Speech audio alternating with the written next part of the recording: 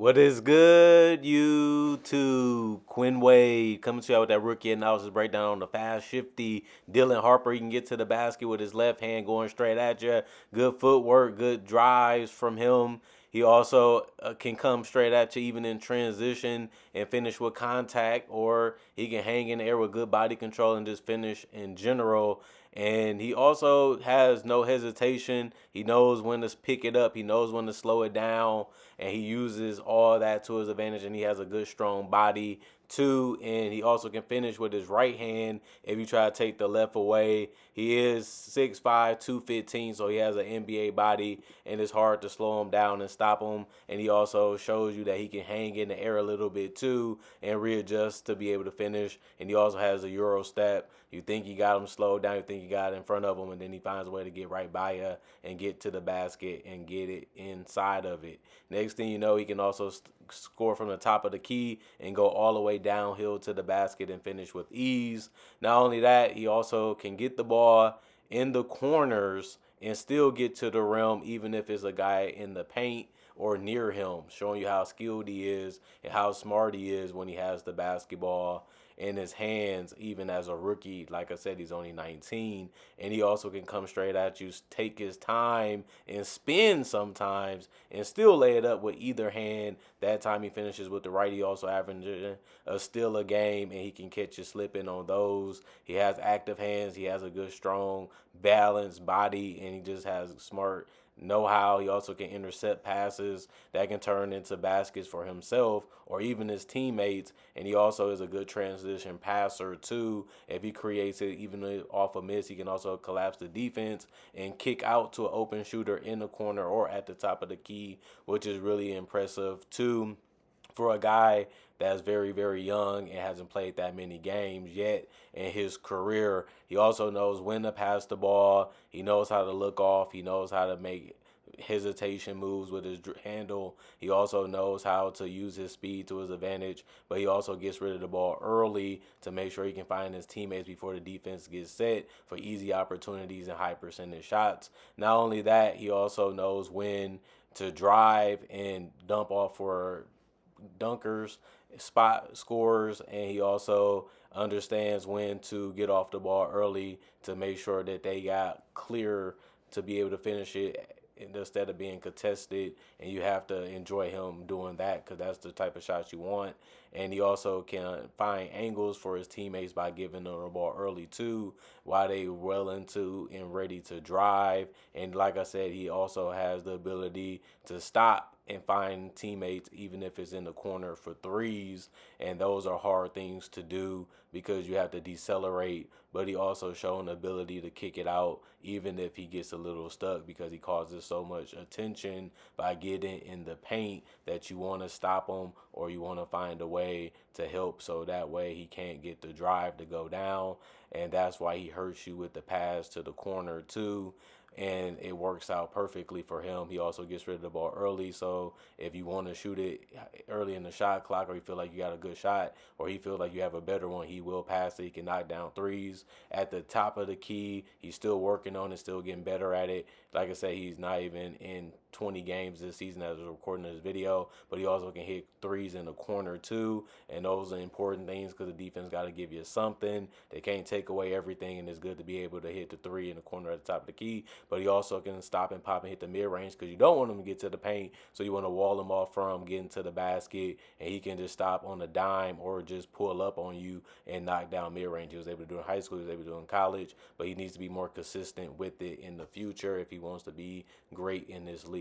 I'm really surprised on Analysis Playground with the play of Dylan Harper, everything that he did in his earlier days before he even got to the NBA is working at the NBA level. That's why a lot of people looked at him as a top two pick in the draft, and he ended up going number two to the Spurs, and that was a genius idea because the man can handle the ball real well. The man knows what he can and can't do, and he always try to sticks to his strengths, which is driving and getting to the basket and finishing. He's shooting 49% from as the recording of this video, and he's taking 10 shots a game while still coming off the bench. And he's showing you that he can score at the NBA level with ease. He hasn't been having any trouble finishing. He hasn't been having any trouble with his jump shot really either. He's shooting 33% from three. That's something that I always looked at. He doesn't really need it. You're just happy that he can make it. You're just happy that he's willing to take it.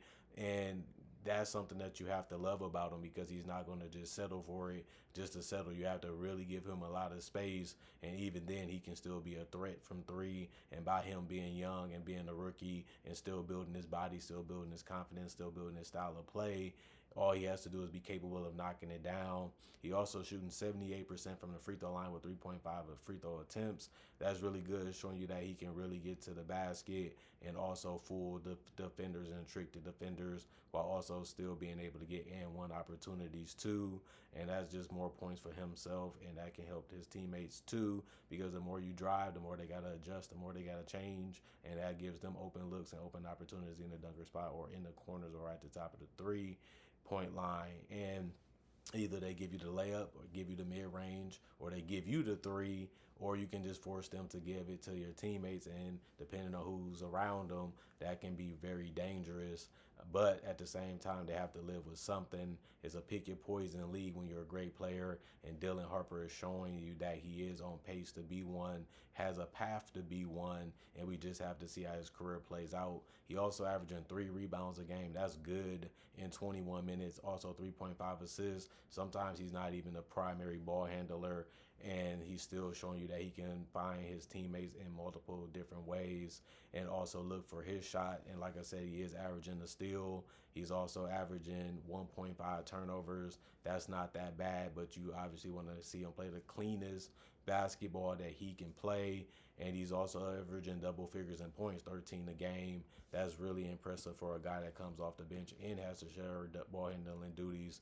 And he has shown that he can be efficient and be a guy that can generate his own shot.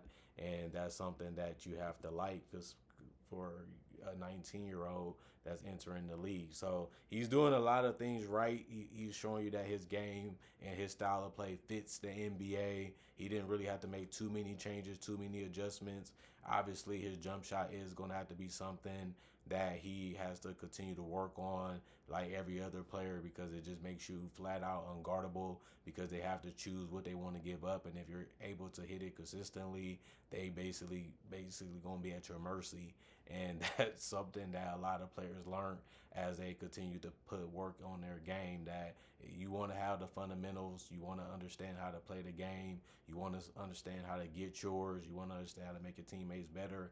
Dylan Harper is doing all that off the bench for the San Antonio Spurs right now, and it shows you that he can fit and play on any team with his style of play already. So even if he went 1, 2, 3, 4, 5, 6, 7, he was going to get you double figures, and he was going to find a way to impact the game regardless at a high level. Now, he probably could have got more opportunities and more chances to put up numbers, but at the same time, you still want to be able to show what you are and what you're about and what you can do and how you can do it. And that's all that really matters when it's a rookie season anyway. And he has shown that he's an NBA player, and he is an NBA starting level player at 19 years old.